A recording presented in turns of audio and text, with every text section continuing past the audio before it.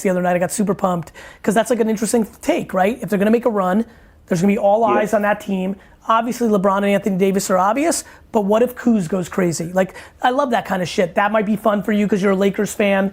What I promise you cards do, like I've watched more fucking Atlanta Hawks highlights and like box scores. Like I literally every night, because I think Devonte Graham has upside long term, look at the Charlotte box score every night to see what Graham's doing. If you love basketball, I think basketball cards, both modern, for all the youngsters, do you like Cam Reddish, do you not?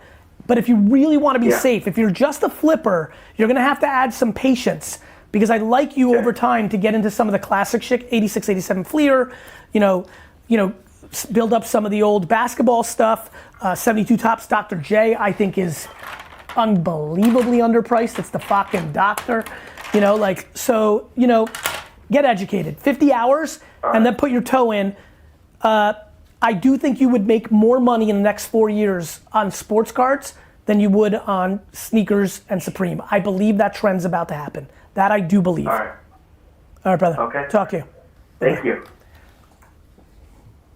Does the team that a player plays in affect the way they think about investing? Of course. How do you think about that? Ariando and Story are top 25 baseball players, but the Colorado effect hurts their market because people think their stats are inflated in Colorado. If Ja Morant was a Knick, his prices would be up even more because New York's a bigger market. One of the reasons I like Bellinger so much and is because with the addition of Mookie Betts, and I think Gavin Lux is a real player, I agree with Lou that the pitching might be a little bit suspect this year. Though Walker Buehler's a beast, and like it'll be interesting to see what else. You know, if they pop in LA, it's fucking LA. That does matter. Like now with basketball, we've seen the real hot players. If they're really great, they usually go to a big market team. So if I'm thinking about Zion now, but I'm thinking about him in 5 years, and he comes to New York, LA, you know, these kind of things, the market affects things. Not to mention little things, like I think Anthony Rendon's about to have a big year because with Trout and some of the other beasts he's surrounded in that lineup, like I think he might have a really big year, and I think he's a top player that people don't think about, and he won a championship last year. How does that, you know, if Ohtani clicks, like yes, the fucking team matters a lot. I have questions.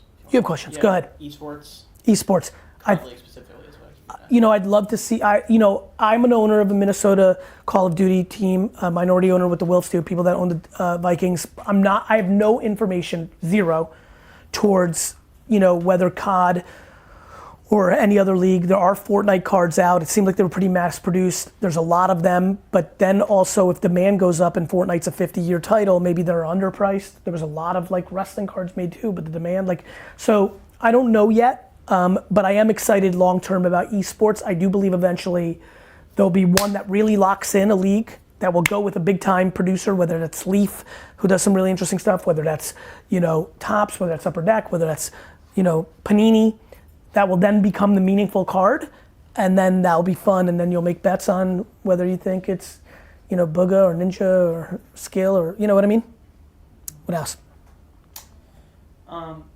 What to do about markets that, like countries that don't really have markets for cards yet? Like if you go to like... You just have to overpay with eBay shipping costs. Like if you live in Sweden and you're watching right now, like buy it and pay extra big. Like if you have no other options, like what are you gonna do? It's just how can you get them? Just to ship, I mean, as you know, we buy a lot of stuff in Canada. Comes down here. I bought stuff in Europe. $40 shipping is super cool. I mean, but $40 shipping doesn't bother me if I think something's going through the roof and I'm getting it at the right price.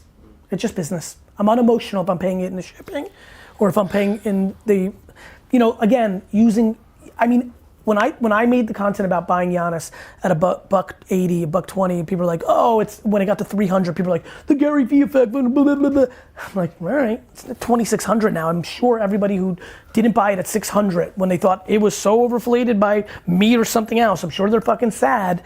I'm not fucking making him dominate on the court. He's completely unblockable. He's an awesome human being. He's charismatic as fuck. He's also like fucking still young as shit. He scares the shit out of me. If you told me he wins 5 in a row, I'm like, okay. Remember what happened when like taxes started going on eBay and we like freaked I got so pissed. And the shipping, yeah. And then it becomes normal, right? Like I wasn't pumped to pay the taxes, like, but like I love paying my taxes. As long as everybody else is paying the same, I don't give a fuck.